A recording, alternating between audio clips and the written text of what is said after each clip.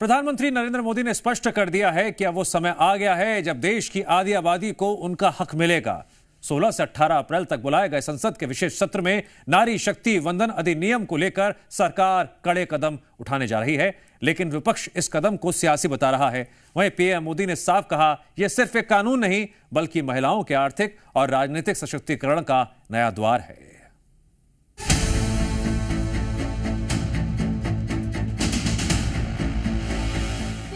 संसद एक नया इतिहास रचने के करीब है। पीएम मोदी के इन शब्दों ने देश की राजनीति में हलचल पैदा कर दी है। नारी शक्ति वंदन अधिनियम, जिसे लेकर दशकों तक बहस हुई, अब वो हकीकत बनने की दहलीज पर है। 16 अप्रैल से शुरू हो रहा ये विशेष सत्र इसी ऐतिहासिक बदलाव का गवाह बनेगा। इस बार सरकार की रणनीति में दो बड़े बदलाव नजर आ रहे हैं। जनगणना में हुई देरी की वजह से सरकार ने अब 2011 के आंकड़ों के आधार पर ही आगे बढ़ने का मन बना लिया है। अगर ये संशोधन पास होता है तो लोकसभा की तस्वीर पूरी तरह बदल जाएगी। सीटों की संख्या मौजूदा 543 से बढ़कर 816 तक पहुंच सकती है। हमारे देश की संसद एक नया इतिहास रचने के करीब है।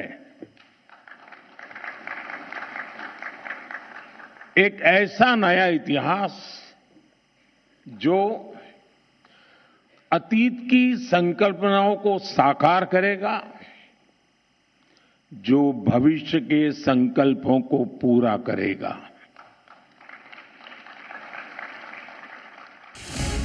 वहीं कांग्रेस संसदीय दल की प्रमुख सोनिया गांधी ने सरकार की मंशा पर सवाल उठाए हैं। उन्होंने एक आर्टिकल में लिखा है कि प्रधानमंत्री मोदी विपक्षी दलों से उन बिलों का समर्थन करने की अपील कर रहे हैं जिन्हें सरकार संसद के विशेष सत्र में जबरदस्ती पास कराना चाहती है। कांग्रेस का कहना है कि पीएम मोदी अपनी ही मर्जी से बनाया हुआ कानून बदलने जा रहे हैं। नरेंद्र मोदी के हाथ किसने बांधे हुए थे कि 2024 के लोकसभा में और महिलाएं ना चुन के आए? किसी ने मोदी जी के हाथ बांधे थे? हम तो कह रहे थे करिए आप महिलाओं के लिए आरक्षण, बिना शर्तों के करिए, बिना कुछ वहां पे कंडीशन रखे करिए। आपने क्यों नहीं किया? आपके हाथ किसने बांधे हुए थे?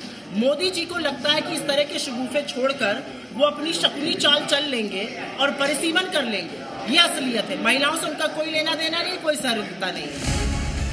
आपको बता दें कि मौजूदा समय में लोकसभा में महिला सांसदों की संख्या 74 है, जो कुल सदस्यों की भागीदारी का 13.9% है, जबकि राज्यसभा में महिला सदस्यों की संख्या 41 है, जो कुल सदस्यों की भागीदारी का 16.9% है। और मैं मोदी जी की तहे दिल से शुक्रिया अदा करती हूँ उनको कि उन्होंने महिलाओं के लिए जो कोई नहीं सोच सकता था, उन्होंने उन सबको बेसिक पिता की भांति जो सबसे आगे उनको रखकर सोचा है, बेसिक नेसेसिटी से ध्यान दिया। पहले भी थी और अगर और भी बढ़ जाती है और एक्चुअल में एंट्री होती है तो देश जो है विकासशील से विकसित जो है जरूर हो जाएगा। महिला आरक्षण बिल पर सरकार की ये सक्रियता बताती है कि आने वाले 3 दिन लोकतंत्र के लिए कितने अहम हैं। ऐसे में क्या विपक्ष इन संशोधनों पर सरकार का साथ देगा या फिर नई सियासी तकरार देखने को मिलेगी? ब्यूरो रिपोर्ट, जी मीडिया।